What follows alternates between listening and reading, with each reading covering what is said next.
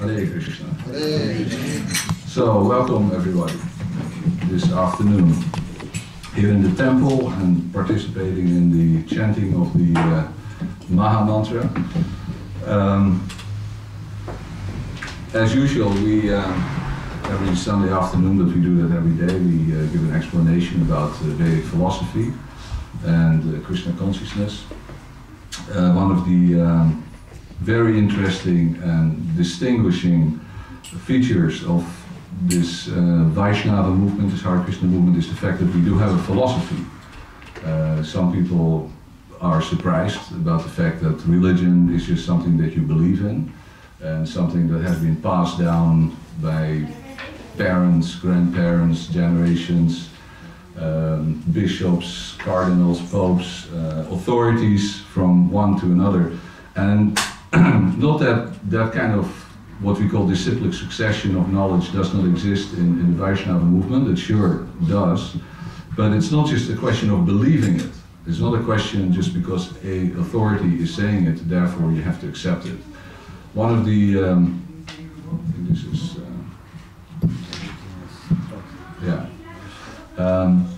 one of the things that Srila Prabhupada would always emphasize is that religion, this is a rebellious microphone, like us. That's why we're here in the material world, a little rebellious.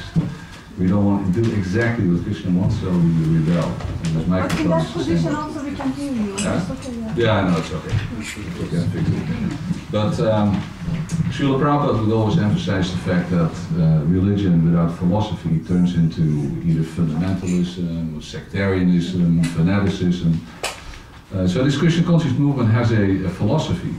And so every day we talk about that philosophy because it's very important that we understand it.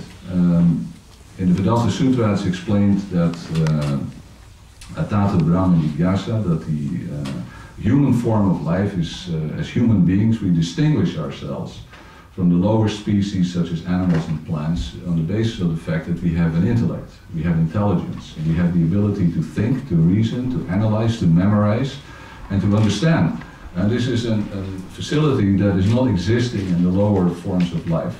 And it's for that reason, thank you, it is for that reason that the Vedanta Sutra and the Vedas, they strongly emphasize that in this human form of life, we should take advantage of that. We have given a unique facility, we have been given a unique quality, the quality of intelligence and reason, and we should utilize that in order to make advancement in life.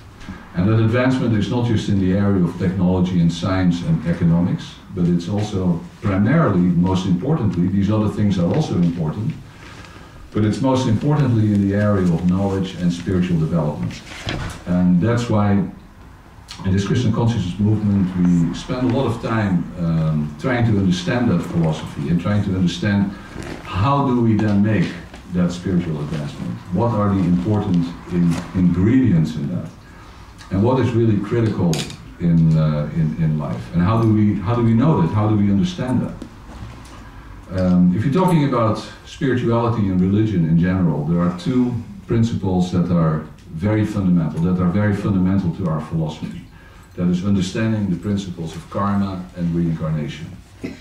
In fact, without understanding the principles of karma and reincarnation, it's virtually impossible to have a kind of coherent religious understanding of life. And I'll come back to that in a moment.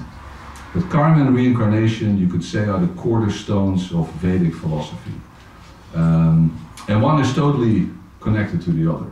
Without karma, reincarnation is meaningless. Without reincarnation, karma is meaningless. The essence of karma is that over a period of not just one lifetime, and we can understand how in this lifetime the actions that we perform, they have consequences. If I go out and rob a bank, I'll be, if the police is alert and do their job, I'll be caught and I'll be put in jail because I'm acting in a criminal manner. If I spend my life doing nothing and being lazy, I will not get anywhere. If I work hard and I apply my talents and my intelligence and I create the goodwill of others, then I can become successful either in business, economics, in politics, or in art. But our actions clearly have consequences. We can see that in this life. We all agree with that. Although the consequences may not be there immediately. Sometimes, and we all experience that, we work hard to achieve something and nothing happens. And all of a sudden, 5 years later, when we do not expect it, something comes up and we get a reward for our work. Sometimes in sport, you'll see a champion working incredibly hard in training all year long and not achieving the result. And then the next year he gets it. So it's not always directly causally related in the sense that I'm doing this and tomorrow I will get that. Our actions and reactions in this world are more complicated than that. The world is a complex place. Life is complex. But broadly speaking, we can all understand that if I perform certain actions, if I work hard, I apply myself, I'm disciplined, and I utilize my talents, and I'm acting as a good person, that in this life I can expect certain rewards. And I'll get certain results as a result of that action. Now what is the law of, that's essentially the law of karma. Except for that the laws of karma are not just applying to actions in this life. And this is addressing a much broader question, because this is something that all human beings are confronted with. The fact that I'm born at a certain place and a certain time with certain talents or lack of talents, that I find things in my life that I cannot control, that just happen to me, that can be accidents or other things, and I cannot explain them and I cannot understand why they happen to me. And sometimes they may be exceptionally good things, sometimes they may be exceptionally bad things, but there are many things that are beyond the activities that we have performed in this life, that we are being confronted with results of things that we cannot understand the origin, where they originate from. For instance, a person may be confronted with a terminal disease, and he may have lived his whole life very healthy, taking care of his health and being very careful in the way he eats and things that he's doing, but yet he's confronted with a horrible disease. He may be very careful, but yet he may be confronted with an accident. Or the other way around, sometimes a person may be very lazy and all of a sudden he gets incredibly wealthy because he wins a lot in the lottery. Or he may have an inheritance from his father and never done anything. So there are so many things in life that are beyond the scope of this life, where we see things happening to us, good or bad, that are beyond what we have done in this particular lifetime. Now, if you don't understand the laws of karma, and you don't understand the principle of reincarnation, but if you're a religious person, then you're saying, well, God has done this to me, but I don't know why he's doing that. And many times, if misfortune happens to us, we will become upset. We will be upset with God, because what have I done to deserve this? I only have this life. In this life I haven't done anything wrong, and all of a sudden I found myself in a horrible situation. In extreme circumstances, this has happened, of course. People that have gone through the horrific experiences of being put into concentration camps during World War II and being killed for no reason whatsoever. And many of them, they became extremely upset with why is this happening to me, and of course understandably so. And many generations after them, having seen there is a whole new theology that has developed, this called post-Auschwitz theology, that we cannot explain why these terrible things have happened. Many people have turned atheistic or agnostic because of that. And that's because they do not understand that there is a broader principle, the principle of karma and reincarnation, which is expanding beyond just this life. And the essence of Vedic teaching is that our soul is eternal, and that we don't just have one life, but we have hundreds, thousands, maybe millions of lifetimes. And all the actions that we are performing in each lifetime are creating our future lifetime. And of course the actions and the results that we are experiencing in this life are the result of actions that we have performed in previous lifetimes. Now the problem is that we cannot remember that. We cannot remember our past lives. And there's a reason why we cannot remember. And again, I will come back to that. But at the same time, if we do not have that knowledge and that confidence that everything that happens to me is the result of past activities, and then it's very difficult actually to be a religious person, because you will find yourself in a position that you are coming to the conclusion that God is not being fair. And that's not the case. According to Vedic philosophy, God is 100% just. There is no single shred of injustice in what happens to any of us, because that justice is meted out not just in a single lifetime, but it's meted out over many, many lifetimes. And whatever is happening to us in this life is the result of activities that have been performed in the past. And the laws of karma and reincarnation describe that. In essence, you can say that the law of karma, it's not even so much a punishment or a retribution, but it's rather restoring the essential cosmic balance. Because what is the essence of karma? And why has it been created in that way? And of course, why are we in this position in the first place? And why can't we remember, for instance, our past lives? And these are questions that will automatically come up in this discussion. The law of karma simply states that whatever unnecessary suffering I cause to another living being, I must re-experience that suffering myself. So if I go outside of my rightful domain, and if I start performing actions based on selfishness, and where that selfishness is transgressing the laws of conduct, and most importantly, the essential law of conduct is that I will not cause suffering to other living beings. And if because of selfishness I cause suffering to other living beings, that is karma. So can we say, is that unfair? No, it's not fair. God is simply there maintaining the balance. He's making sure that if I cause unnecessary suffering to another being, that in some future time, either in this life or in the future life, I will have to re-experience that suffering myself.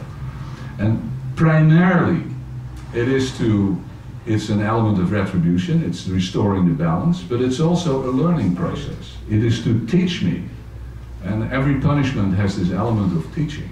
It is to teach me that I shouldn't do that. I should not be transgressing the rules. I should not be violating the law. And again, coming back to my earlier example of me going out and robbing a bank. If I do that, if I rob a bank, then I will get punished for that if the police is alert and they catch me, which of course doesn't always happen in the system of human justice. But ideally speaking, every criminal should be caught and should be punished. And if I rob money, and if I take money that doesn't belong to me, then I'm a criminal, and I should be punished for that. And the punishment is to make sure, A, that society is protected from human beings like me, put in jail for instance, and secondly, to teach me a lesson that I shouldn't be doing that. So the laws and the rules by which we conduct our human affairs are extremely important, because I'm not alone. We are millions of them. You can just imagine if everybody can do whatever they want and there's no law, there's no rule, we have chaos, we have a disaster. Human society is functioning because everybody is playing their part and everybody is following the rules, and then things work. Systems work, society works. I was just talking about this little microphone here being a little rebellious. Now he doesn't have an independent will, but let's say if the cells in my body, which are like living creatures, if they don't perform the function that they should be performing, we call it disease, we call it cancer, and they become problematic and they can kill me. So we need order, we need law, we need everybody to abide by the system, and that is essentially the law of karma, and that is totally just. There's no element of injustice there. And if there are elements or individuals that are not abiding by that law, they have to be taken out and they have to be corrected. They cannot be eliminated. No soul can be eliminated, but the soul can only be corrected. And that's why we have, in this material universe, many different planetary systems. That's why we have many different types of bodies, ranging from lower species, plant species, animal species, to human species. That's why we have all these different levels of existence. So that all the different levels of karma can be worked out and can eventually be corrected. Of course, ideally, we shouldn't have to suffer this. Ideally, if we just follow the rules and we abide by the law and we don't cause unnecessary suffering to other beings, then we will be fine. We will not be confronted with suffering in the future. In fact, we will get the opposite. If we behave in a manner that is good and sattvic, then as a result we will get pleasure in return. And that's the principle of the what we call heavenly planets in this material world. Living entities can actually enjoy virtually unlimitedly in this world, but they have to behave. They have to follow the rules and they have to follow the law. If they do that, they will be rewarded with heavenly pleasure. Now, if in the process of heavenly pleasure they start deviating again and becoming selfish and causing suffering to other entities, then eventually, when the good karma is worked out, they will have to return to other places where things are not as bright and as beautiful and as pleasurable. But it's up to us. And that, as a principle, we can all understand. The whole universe is running on this principle. And that's why I said karma and reincarnation. Without understanding these two principles, spirituality and religion don't make any sense. God doesn't make any sense. But if we understand that God has created this universe, both the material and the spiritual universe, and that because we are many, we are not alone, we are many, so we must work together, we must cooperate, we must understand this point. It's because of manyness. And we know that Chaitanya Mahaprabhu described God, the Supreme Being, as Achintya Veda Veda Tattva. He's one, but within that oneness there is an infinite amount of manyness. And that manyness, they all have their own individualities. They have a degree of independence. So if those manyness, these entities that have a slight independence, personalities, like ourselves, if we don't work together, if we don't cooperate within that manyness, we're going to have chaos, we're going to have disaster. So there is no alternative. And you could argue that, well, I should be totally independent. In fact, that's part of the problem. We are here in this world. And I posed the question, why can't we remember, for instance, our past lives? Well, there's a specific reason for that. We are here in this world because we want to be independent. We don't like the idea that we are many. It's okay that there is many, but I should be the controller of that many. I should be the boss of everyone. I should be God. And that is a fundamental deviation that causes living entities to fall down into this material world.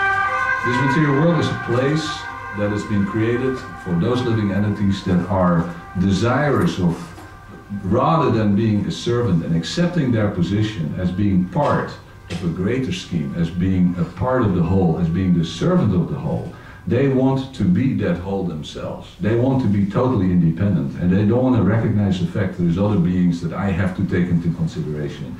There's other beings that I have to count with. No, I don't want to count with anybody. I just want to do my own thing. And that is the nature of this material world. And that's why we are, in a sense, and you could say that rebellion means that we are ignoring the existence of God. Because we ourselves want to be God. We want to be independent. We don't want to recognize that there is a Supreme Being, that I have to follow rules. I want to make the rules. So I'm ignoring the Supreme Being. And the result of ignoring, which is a conscious activity, is that we become ignorant, which is an unconscious activity. So if we persistently ignore, we become ignorant. And that's what happened in this life. And that's why we cannot remember our past lives. And that's why we are plunged into this ignorance, because we have actually desired that ignorance. Why? By being ignorant of our spiritual identity, by being ignorant of past lives, we are actually become ignorant of the existence of God, so that we can think in our ignorance that we are God ourselves. So we have becoming God by default. We are becoming God by ignoring the real God. And that in our little world, in our little ignorance, we are becoming the Supreme Being. So that's one way, and a very common way of becoming God, is by ignoring God and becoming ignorant, and by default becoming God ourselves. Now, we know from the Vedic literatures there's other types of beings. There were, the Vedas described there were great demoniac personalities, Hiranyakashipu and personalities like that were incredibly powerful. And they were aware of the existence of God, and they have chosen to fight against Him. Even in the biblical history, we see the fallen angel Lucifer starting to fight with God and saying, you know, he was at one point an angel, an archangel, and he was the right hand of God, and he was doing all kinds of stuff and running around and organizing the universe. And then all of a sudden he decided to become independent and to try to become God himself, and he became a fallen angel, and that became Satan, the devil, and so on.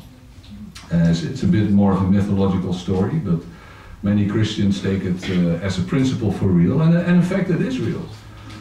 With the difference that, according to the Vedic literature, Maya, who is, you could say, Satan, is not the enemy of God, because, and that is always the story, hearing the biblical explanation that has struck me.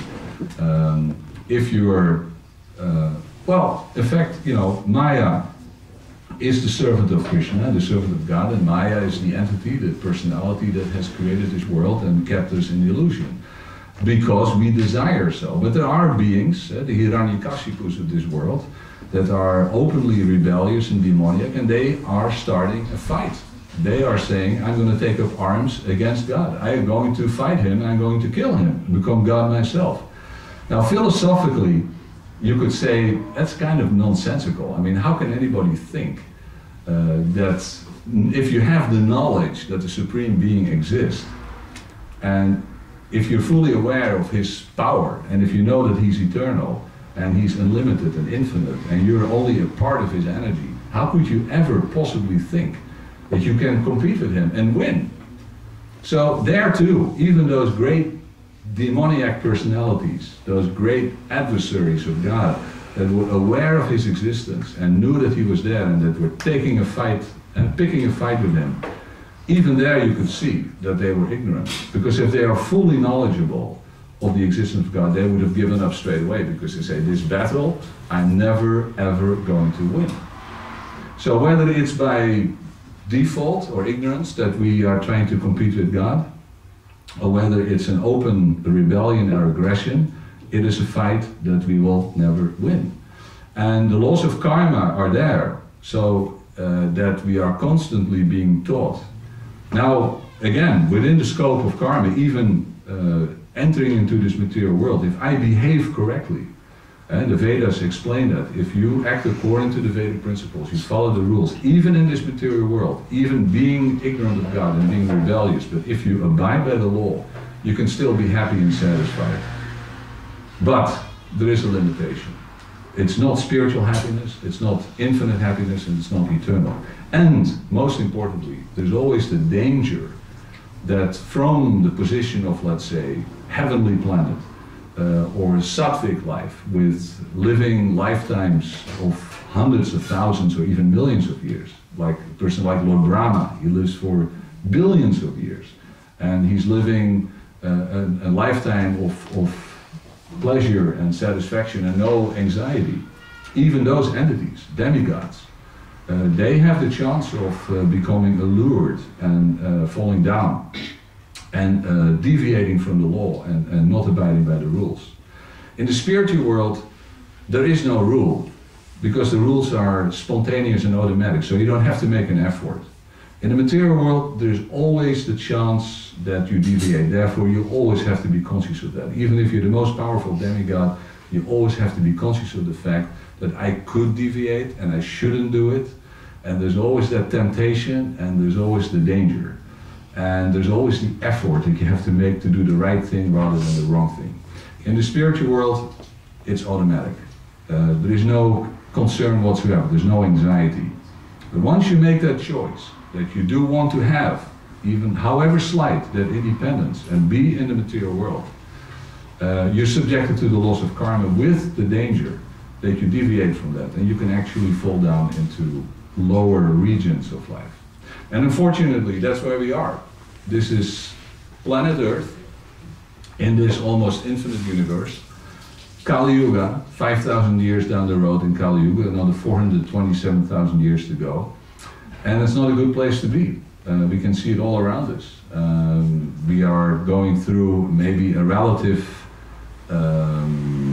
upsurge of positive spiritual energy in Kali Yuga, but well, just watch the news every day and see what's happening around the world. Watch the documentaries on History Channel and see what happened 70 years ago in World War II, or 100 years ago in World War I. And we can see the horrors of this material existence and the horrors of Kali Yuga.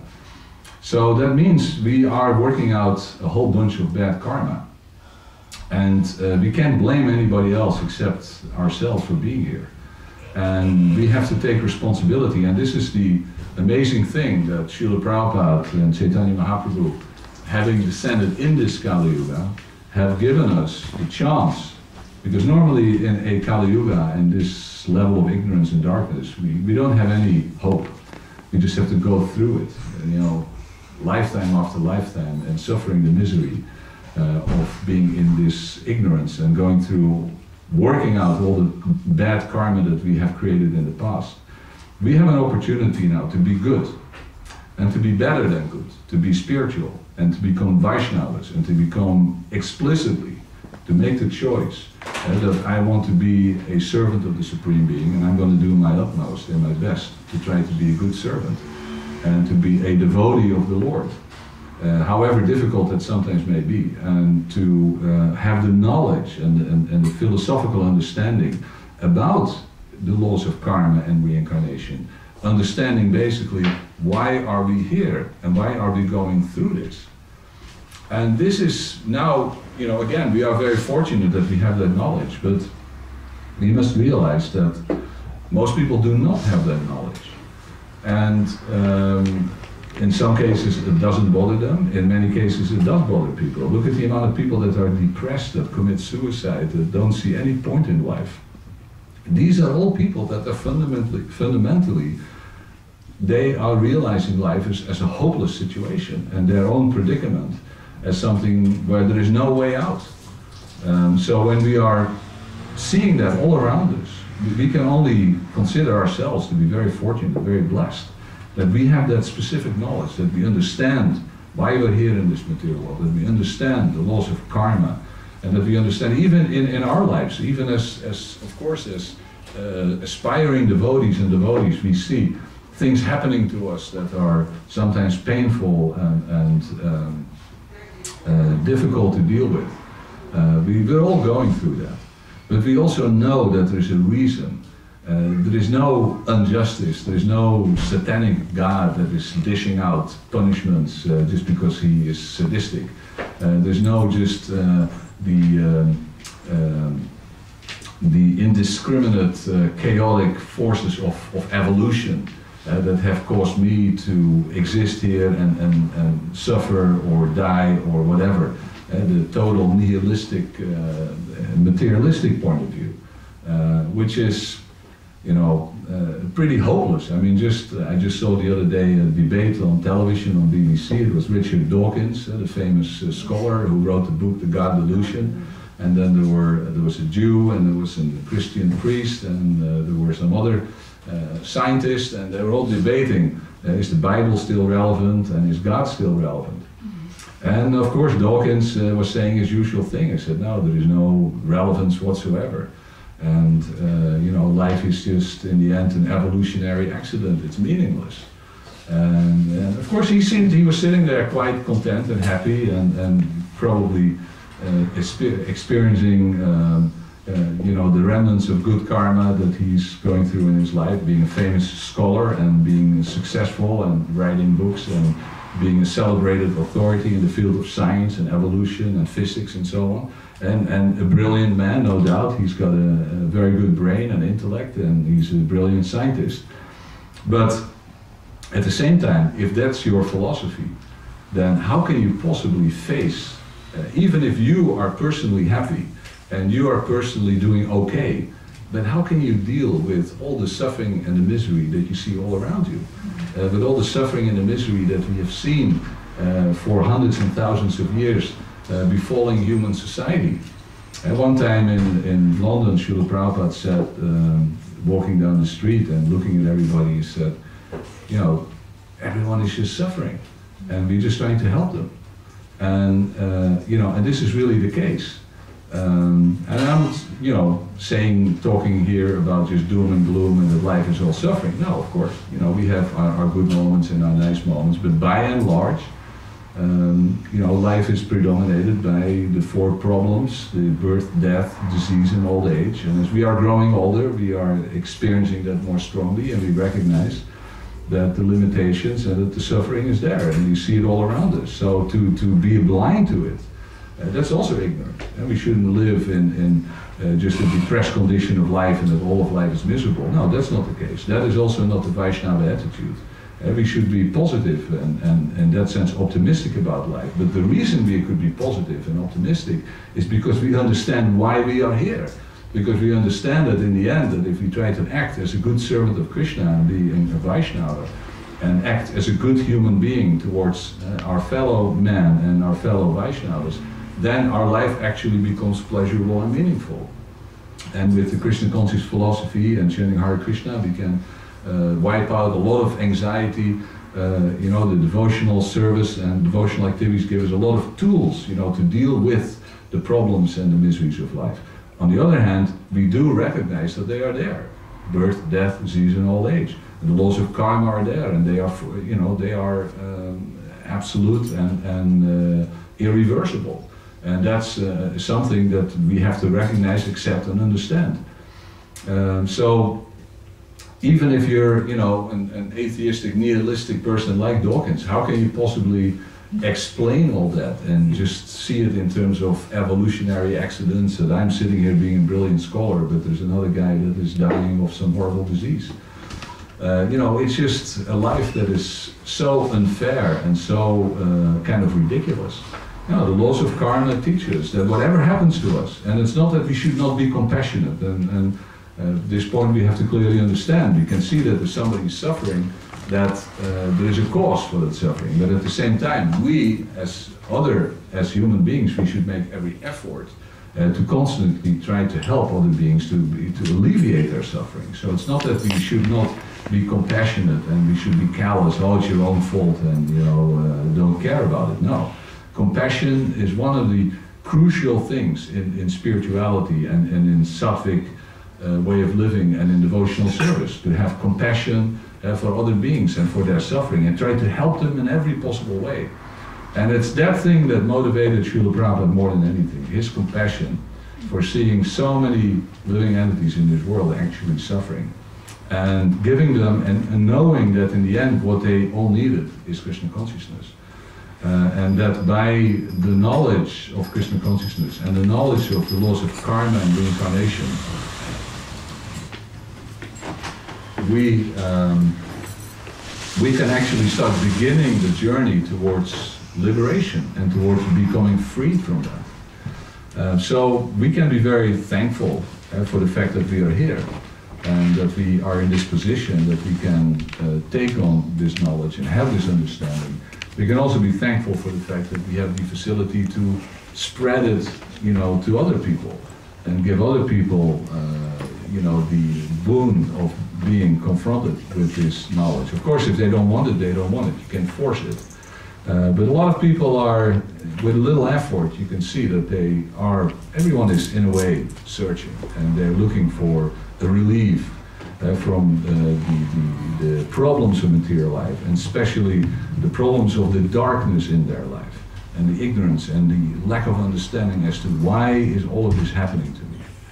So I'd like to leave it at that. Maybe there's some questions or comments. I'll be very happy to respond to that. Yes? One thing, first, you were mentioning generally the law of karma, but one of the things that derived, which I would say one of the biggest questions for the Western thought in the regards of karma is the question of free will. Because in many regards, if we are dominated by the three modes of nature, and we are dominated by the law of karma, practically in many ways, we can actually say that materialistically speaking, we actually do not have really a free will. Well, yeah, that's the law of karma is indeed a mixture of past results and present actions. that are determined partially by the past results, but partially by our free will. So we both have the free will, and we are dictated by the forces of karma to act in a particular way. And so partially the process of Krishna consciousness is to learn how to utilize our free will. Because most of the time people indeed are not using their free will. They're just being dictated by their tendencies, their desires, their actions without really thinking about it. So that's why knowledge is so important, because knowledge is the thing that can lift us above the dictates of karma. I may have a tendency, for instance, to smoke, but with knowledge I know that smoking is not good, it can give me disease. So if I can lift myself above the tendency through knowledge and make a conscious decision, I'm not going to smoke, or I'm going to stop smoking, then that is the area where our free will is being exercised. So life is a constant interaction between past forces and the forces of karma and our tendencies to act in a particular way, and on the other hand our free will to try to transcend these tendencies. Now it's true, for instance in criminology it's a known fact that certain criminals are so pathological and so mentally ill that they may go out and murder people and they cannot control it. Their free will is practically it's eliminated. It's you know, their karmic condition is so disastrous that they are forced to act in a way that they have no chance of you know, doing anything about it. And that's a certain condition, a pathological condition, and such person then by law is considered to be, as we say in Dutch, niet toerekeningsvatbaar. Who cannot be, I don't know the exact wording in English, but cannot be held accountable, yeah, for his crimes. So every criminal goes through that process of being investigated and by psychologists and to be checked if he is indeed accountable or cannot be held accountable. But for most human beings we are accountable, we are conscious of our actions, and we are every day making decisions on that basis. And all of these decisions are a mixture of free will and past tendencies. So it's a mixture, it makes it complicated. It's neither one or the other. Yes? Please would you tell something about the other yugas and in the philosophy of the reincarnation? You consider that we all have been living in the other yugas as well? Well, we don't know exactly. I mean, our lives are incredibly complicated, and the thousands of lifetimes that we've been here, or millions of lifetimes, that we do not know. We do know that we are eternal, so it's very likely that this is not the first lifetime that we're in this material world. And eternity is a very, very long time. So there's no question that we have been going through many lifetimes and going through many cycles. And again, we do not know exactly for each individual how long that has been and how long that will be. But it's safe to say that, and the Vedas explain that, you know, every being goes through various stages of spiritual evolution. He may first go through the lower species, there's 8 million species, and then he may go through the various human species, and eventually, and when he achieves and reaches the human form of life, in that human form of life, he becomes knowledgeable, and that's when free will starts kicking in, because based on knowledge he can start making decisions, realizing that if I do this, it will have this consequence, if I do that, that will have another consequence. So that ability to evaluate options, to understand the consequences of different types of actions, to have memory, and that's another feature of human beings. We have a memory. Animals hardly have a memory. You know, they remember what happened 3 seconds ago, and they may project what happens in the next 5 seconds. A cat, for instance, is considered to have the intelligence of a 3-year-old child. So animal species do not have developed memory. They do not have a developed ability to oversee the consequences of their choices. As human beings, we do have that ability to oversee the consequences of our choices. So that's why it's extremely important, and Srila Prabhupada emphasized that time and time again, we must make every effort in this life to act spiritually and to act in devotional service and to try to achieve perfection in this human form of life, because the chance that we have a human form of life, the chance is not very great. There's many lifetimes have gone by where we are not having the opportunity of being situated in a human form of life. So now we have that opportunity, we must make every effort to seize it and to take advantage of it. Thank you. Yes? Just for coming back to this God illusion idea, your question that you posed in the sense of suffering is, my understanding, it is very much depending on the term that what we actually define as good and bad at this time is very derived from religious resources. And even in the atheistic society, the term itself of good and bad and suffering is very derived from that point. When you would come to ask such a question as an atheist, it will be very easy to answer in the sense that this is the nature of the material world. Yeah. Suffering is existing, the stronger is the ruler, and if I have the possibility to enjoy at the moment from what I have, due to whatever comes to it, then I have the possibility to, and I did grab it, then it is there. There is no question in the atheistic point of view, practically, to the question of good or bad. That's why atheism is such a dangerous philosophy. I mean, if you look at the most violent philosophies in the last 150 years, there have been 3 atheistic philosophies: communism, fascism, and Nazism. They were all atheistic. They were all based on the principle that there's no absolute good or bad. In fact, that the absolute good was determined by one single guy, Mussolini, Stalin, or Hitler, or Mao Zedong. And if they considered it good that 20 million people should be killed, then that was the rule. And too bad for these 20 million people. But I'm feeling great. I'm sitting on top of the heap, and I'm in charge of the whole thing. And I kill 20 million people, but I become glorious and I enjoy. So what do I care? And that's the incredible, evil consequences of, in the end, atheistic philosophy. I mean, you could say that Richard Dawkins is a decent person and he has a very benign interpretation of atheism. But Hitler had a very different view of atheism. His view was Darwinian, and that the rule of the strongest, that is, might makes right. And if I have to kill millions of people so that I can be strong and survive, and that my country and my people, the German race, that we become the top dog in this world and we rule the world, then that's evolution. There's nothing wrong with it. That's the way the laws of evolution work.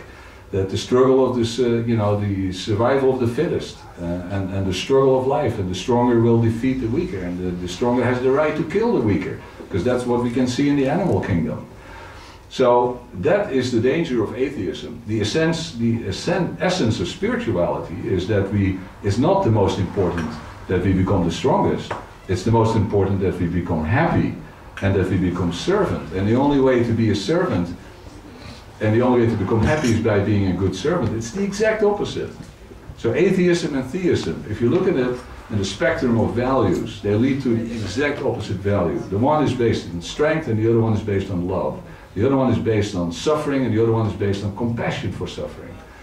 So that's why atheistic doctrines are dangerous. They're not just benign intellectual exercises.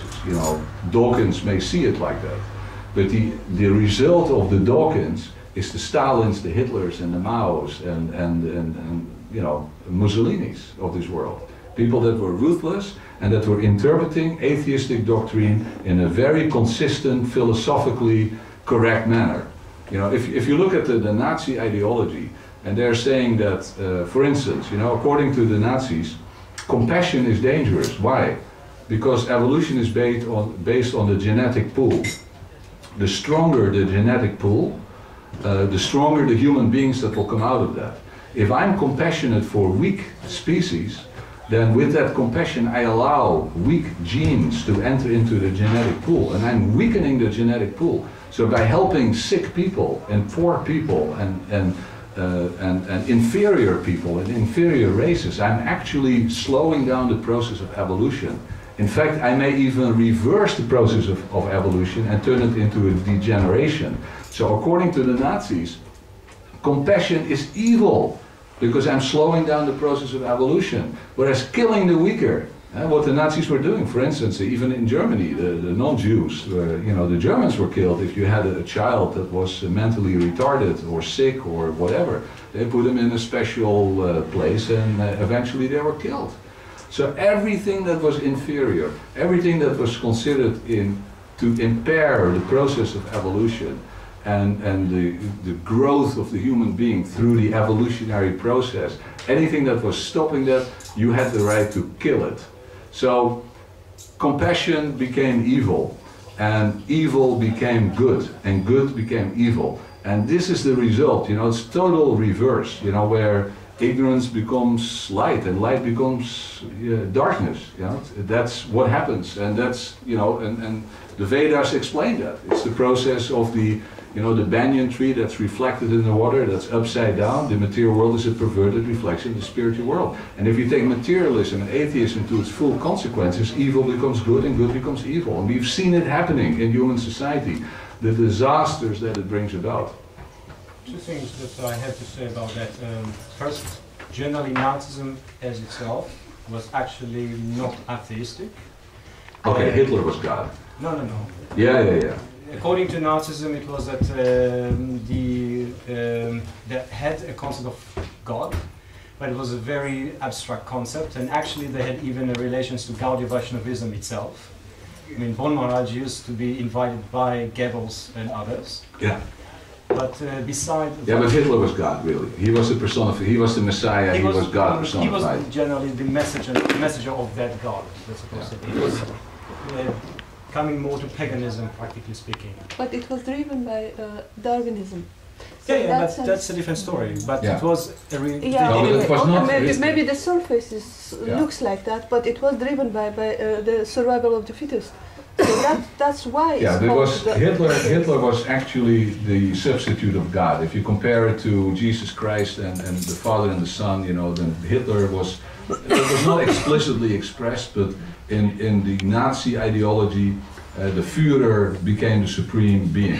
And their religion was a totally non-spiritual religion. It was not like a supreme spiritual entity. No, the physical world was the domain of God, and Hitler was the one that was going to bring about the spiritual or the physical revolution by creating the Übermensch. That was their ideology. So you can call any, Marxism in a way. Stalin was also like God. Can you say that's a religion? No. I mean, technically it's an atheistic philosophy. I mean, Marx, of course, explicitly was an atheist. The Nazis may be less explicitly atheist, but they were clearly atheist. But what might a bit disturbed from the presentation is that in many regards I can see many times that people who are theistic, like different Catholic or different evangelists in the US, they are, for me as I would look at them, representing much more demoniac culture than an atheist. Yeah. Look at the Inquisition, look at Bin Laden. I mean, Bin Laden was a pious guy, by standards of many Muslims. He was reading the Quran and chanting shlokas and worshipping Allah and, being a very religious person. And without even a thought, he killed 3,000 people and many more thousands of people, blowing up children, women, whatever. The Inquisition, they were torturing people because they said, we will torture you now in this life, so we take away a lot of your bad karma, so you won't have to suffer as much in your next, when you go to hell. I mean, religious people can also go completely evil. So it's not the fact that you, you philosophically support a certain religious point of view and you openly or let's say cosmetically pretend to be religious, therefore automatically you're a good person. In the end, your actions are the ones that will determine whether you're good or bad. You can say whatever you want, but if you do the opposite, then you can say you're a servant of Christ, and at the same time you go down into the basement of your monastery to torture people and to pull out their intestines as being an act of service to God. Then you're evil.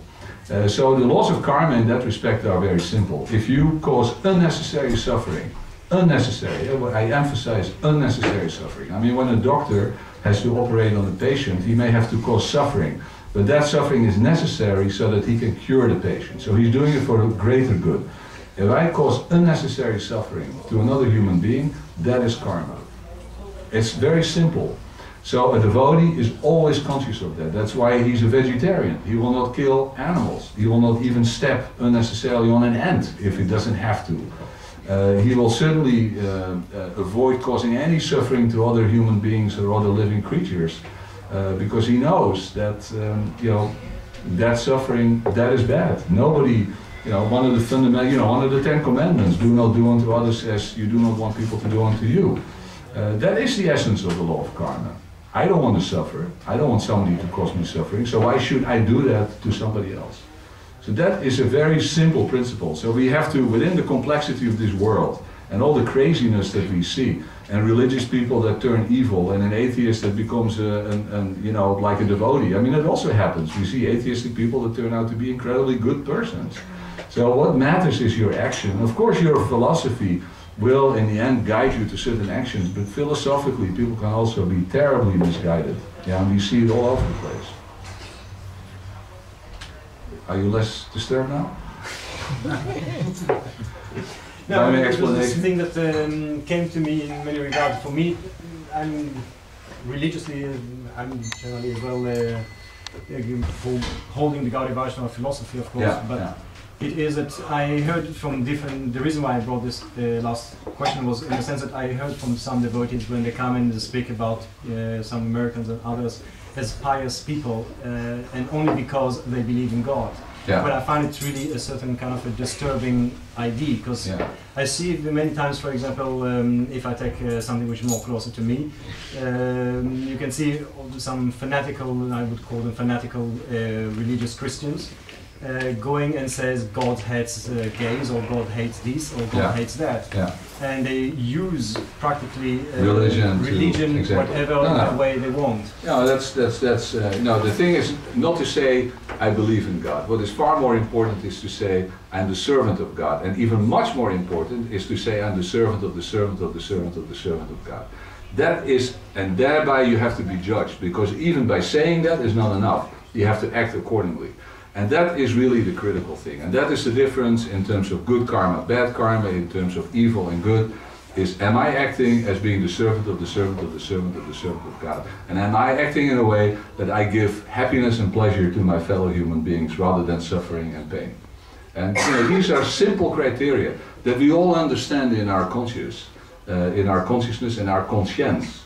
And we all are aware that we're doing something right or wrong, but we're all aware of the fact that I can make somebody miserable or I can make somebody happy. And our life should be dedicated to making other people happy, of course in the right way, by being the servant of the servant of the servant. And most importantly, and how can we make people most happy, as Srila Prabhupada was explaining, by giving them that knowledge by which they can become liberated from all the suffering, from birth, death, disease and old age, from this material world. So if we can do that, then we give ultimate happiness to people. That's the greatest thing. And in the eyes of Krishna, that's the greatest service. That pleases him the most. When he sees that you're working hard to liberate yourself, of course, to work towards that, but also to help other people to become liberated. So that is the essence of real religion. And we always have to judge things by that. And there's a lot of phony stuff going around. Absolutely. Yes. Yeah, I have a short question. What about young children that are not really conscious of everything and they do something wrong? Let's say a 10-year-old boy kills a chicken by breaking a neck, or something silly. You did that when you were 10 years old? No, but I'm just trying to... no, I would never do something like that. No, but I'm just wondering, what even worse? No, well, children are, as they grow older, they become more conscious of right and wrong.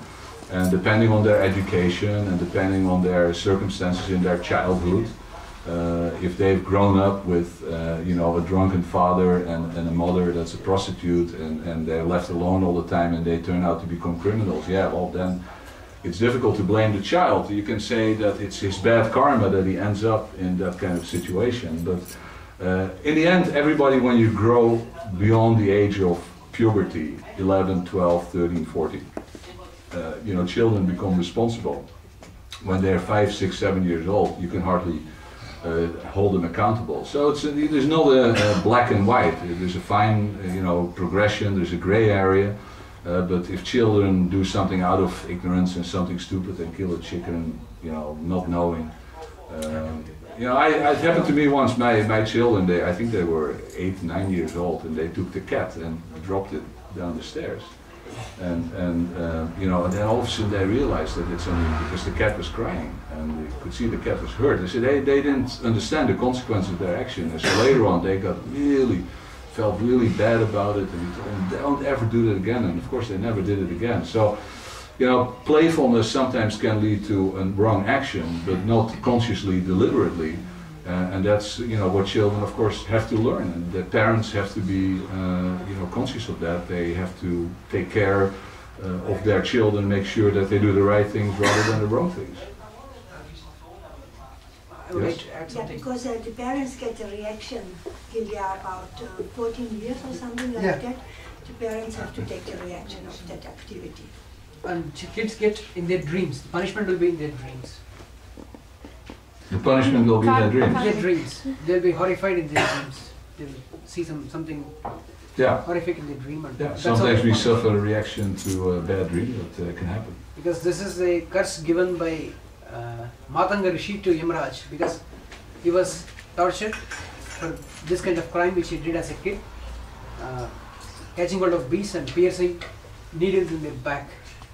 So he used to play like that, and then he was punished by king. Then he went to Yamraj and he said, why I am punished like this? Then he said, as a kid you are doing this, in this birth. Yeah. Then he said, as a kid you punished me, what I did according to Shastra, it should be in the dream. The punishment should be, and parents will get for a bigger, they get bigger punishment because they have to chastise kids. Yeah. So now you take birth in the womb of a Sudra. That's how he becomes Vidura.